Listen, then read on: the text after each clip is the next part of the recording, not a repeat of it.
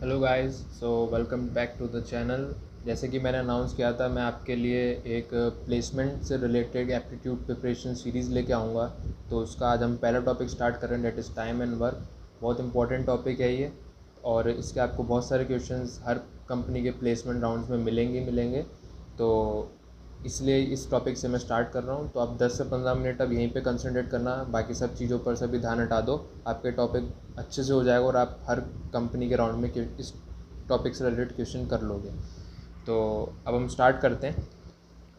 इसमें पहले मैं बताता हूँ आपको किस टाइप के क्वेश्चन आते हैं। सपोज़ करो कोई ए पर्सन है, वो एक्स आवर ले रहा है किसी काम को करने में। कोई दूसरा पर्सन है बी, वो वाई आवर्स ले रहा है उसको काम को करने में। तो सपोज़ करो वो दोनों साथ मिल जाएं, तो फिर वो कितने टाइम में उस काम को कंप्लीट कर लेंगे। इस टाइप से आपके क्वेश्चन आते हैं इस टॉपिक से रिलेटेड।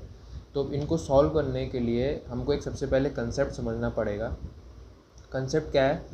अब यार देखो, हर बंदे की एक एफिशिएंसी होती है जिसके साथ वो काम कर सकता है एक दिन के अंदर या किसी पर्टिकुलर ड्यूरेशन में। तो सपोज़ करो ए की एफिशिएंसी ए डैश है और वो एक्स आवर तक काम करता है। तो मैं पूछूँ कि ए ने टोटल कितना काम किया, तो आप कैसे निकालोगे? भाई हम दोनों को मल्टीप्लाई कर देंगे, जितनी उसकी एफिशिएंसी थी और जितना देर तक उसने काम किया तो वही उसने टोटल काम किया। यानी कि ये हमारे पास ए का टोटल वर्क आ गया।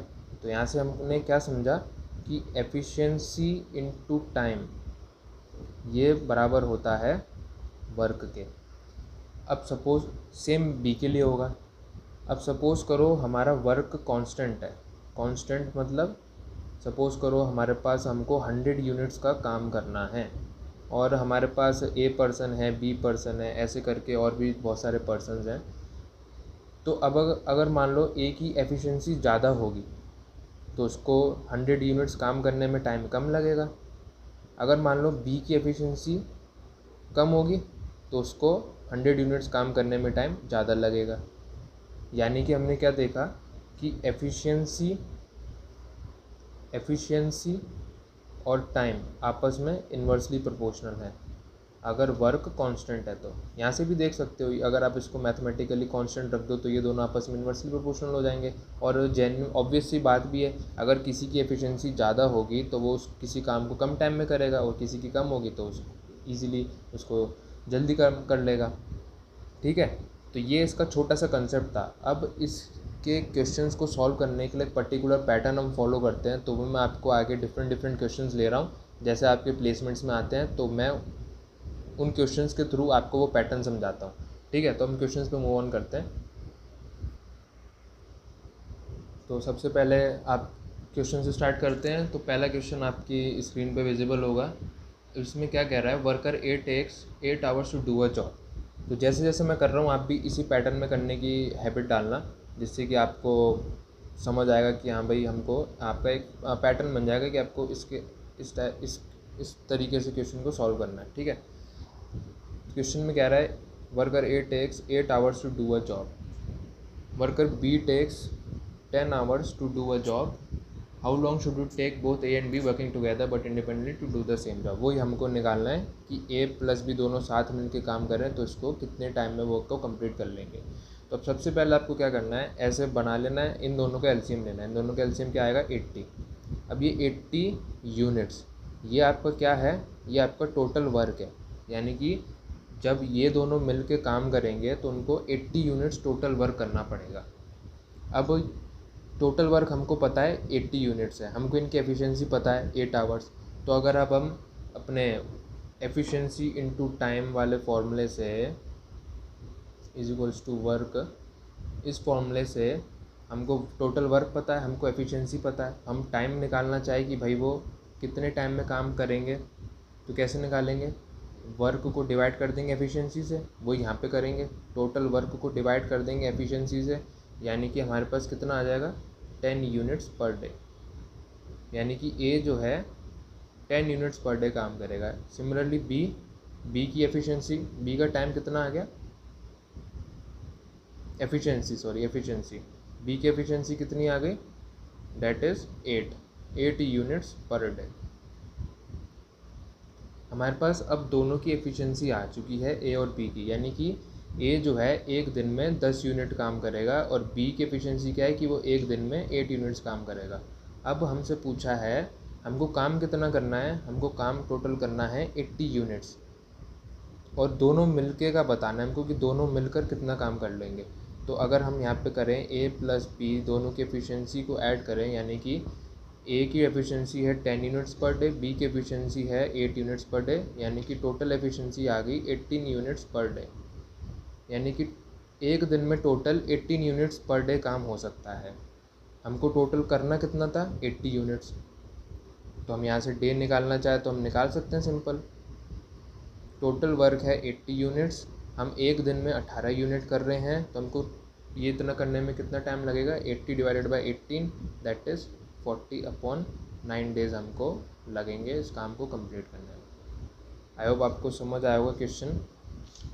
सिमिलरली एक और क्वेश्चन लेते हैं सेम टाइप का ही, जिससे आपका कंसेप्ट और थोड़ा स्ट्रांग हो। तो अब नेक्स्ट क्वेश्चन लेते हैं। नेक्स्ट क्वेश्चन थोड़ा सा स्लाइटली डिफरेंट है, बस माइन्यूट सा चेंज है, लेकिन कंसेप्ट हमारा वही सेम रहेगा।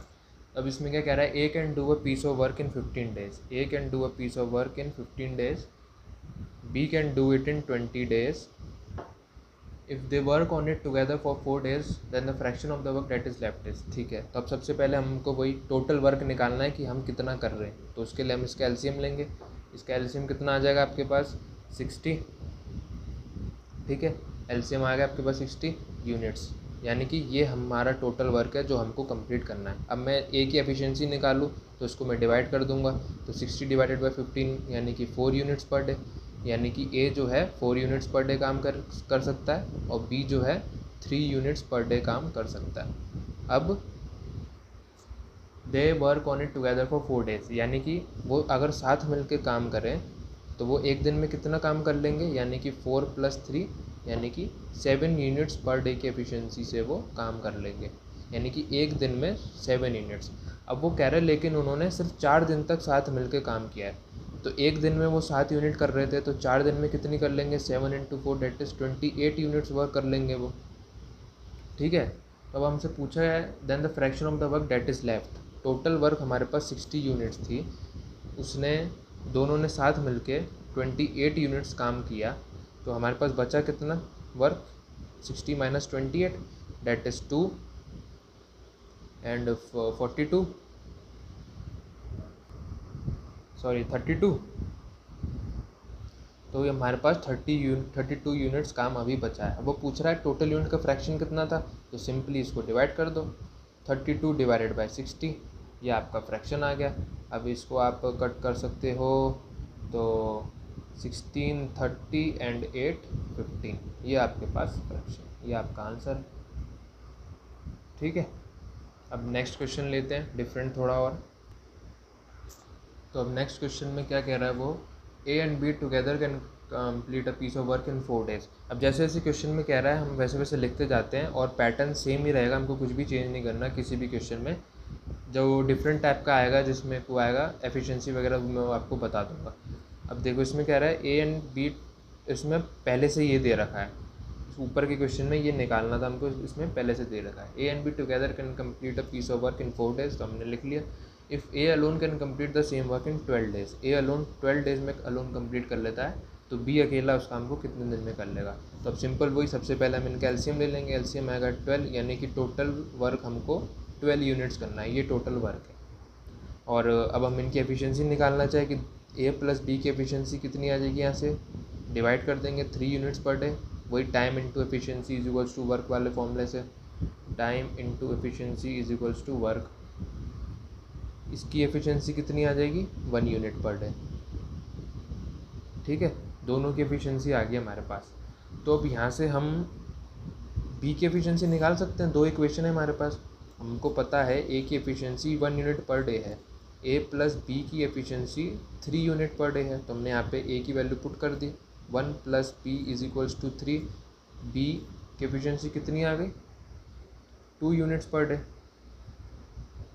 बी की एफिशिएंसी 2 यूनिट्स पर डे आ गई, यानी कि टोटल वर्क हमको कितना करना था, 12 यूनिट्स, यानी कि बी जो है एक दिन में 2 यूनिट्स कंप्लीट कर रहा है, तो 12 यूनिट कितने दिन में कर लेगा, डिवाइड कर दो, दैट इज़ 6 डेज, ये आपका आंसर आ गया।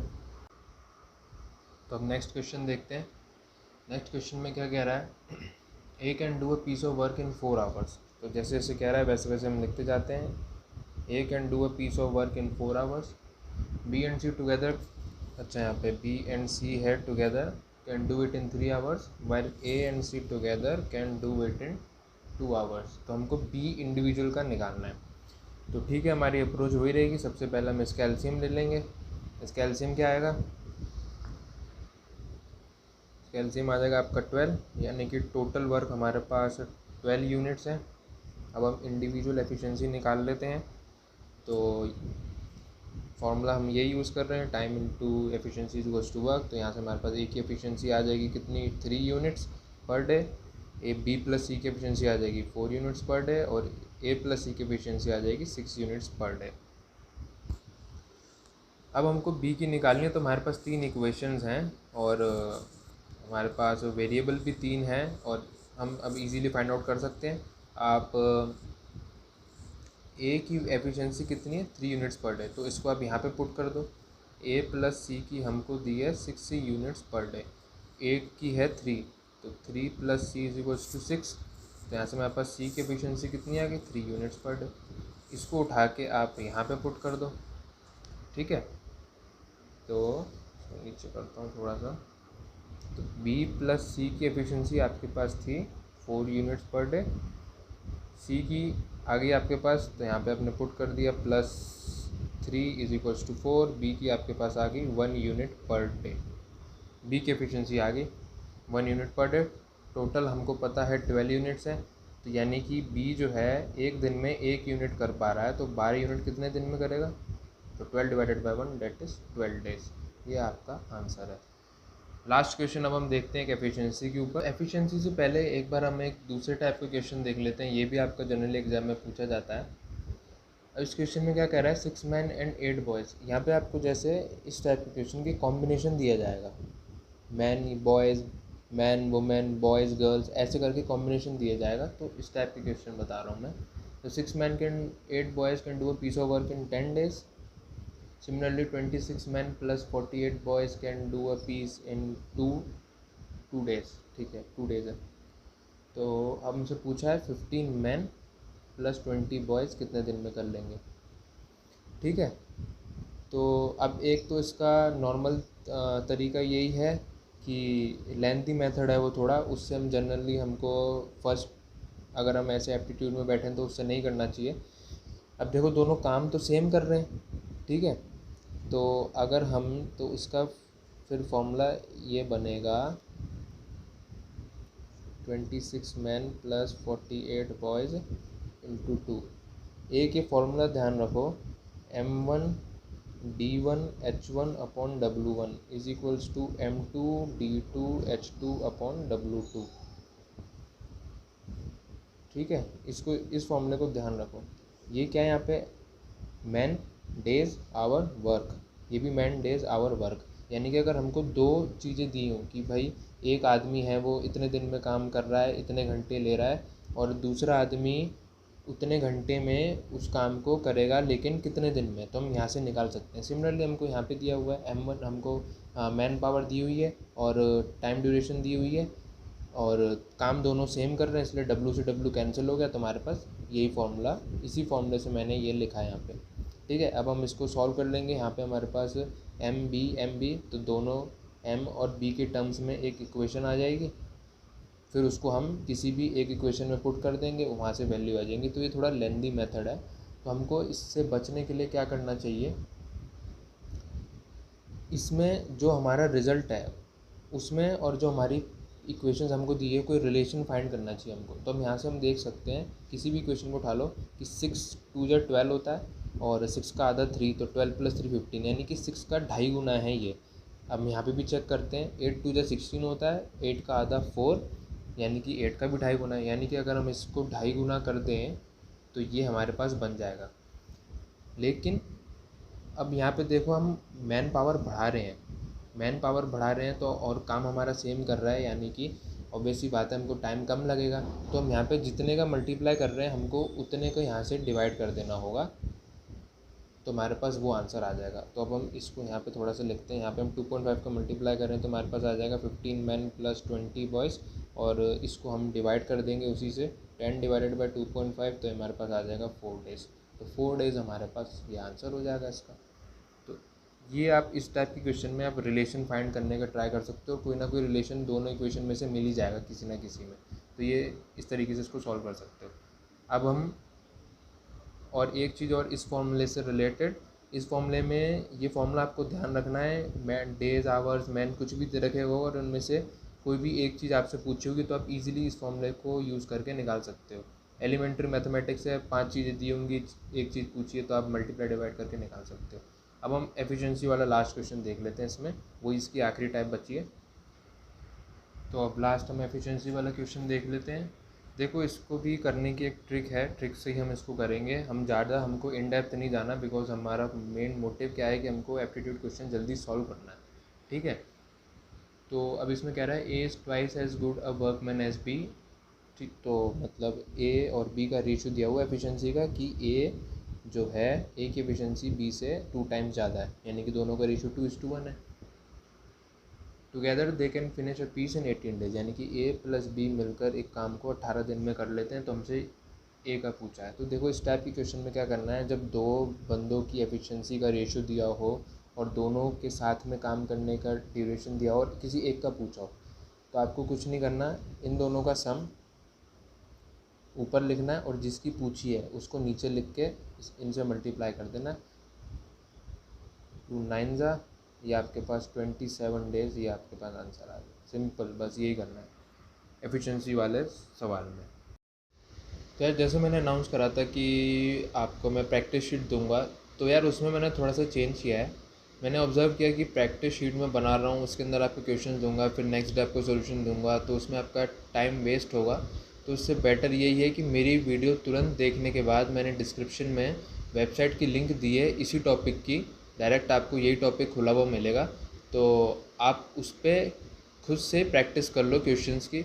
वीडियो में आपको मैंने समझा दिए सारे क्वेश्चन डिफरेंट डिफरेंट टाइप के, तो आपकी खुद से प्रैक्टिस हो जाएगी और आपको अगर कुछ डाउट भी होगा तो तुरंत आपको उसका सोल्यूशन प्लस उसका आंसर वही मिल जाएगा। मैं प्रैक्टिस शीट देता, मैं भी इन्हीं वेबसाइट्स या बुक्स के क्वेश्चंस उसमें उठा कर देता, तो फिर मैं आपको नेक्स्ट डे उसका सोल्यूशन देता, तो पूरा एक सेटअप करने में टाइम लगता है। तो हम उस टाइम को सेव करते हैं, टॉपिक को उसी दिन ख़त्म करते हैं। तो यही बस मैं आपको बता रहा था कि अब मैंने लिंक दे रखी है, आप डायरेक्ट उस पर क्लिक करो और क्वेश्चन की अभी प्रैक्टिस कर लो, जैसे अभी आपकी वीडियो ख़त्म हुई है। तो और बाकी तो आप अपना कमेंट्स में मुझे बताओ कि कुछ आप अलग चाहते हो या कुछ आपको सजेशन देना हो, तो आप कमेंट्स में मुझे बताना। और वीडियो अच्छी लगी हो तो लाइक कर देना, और सो दैट मुझे पता चलता रहे कि हाँ आपको पसंद आ रहा है या नहीं आ रहा है, या मुझे क्या चेंजेस करने हैं। और चैनल को भी सब्सक्राइब तो करना ही करना, और वीडियो फ्रेंड्स के साथ शेयर करना। तो तब तक के लिए अब मिलते हैं नेक्स्ट वीडियो में नए टॉपिक के साथ। सेम पैटर्न रहेगा और उसमें भी आपको मैं क्वेश्चन की प्रैक्टिस करने के लिए लिंक दे दूँगा। तो नेक्स्ट वीडियो में मिलते हैं, ठीक है। Till then take care, bye bye.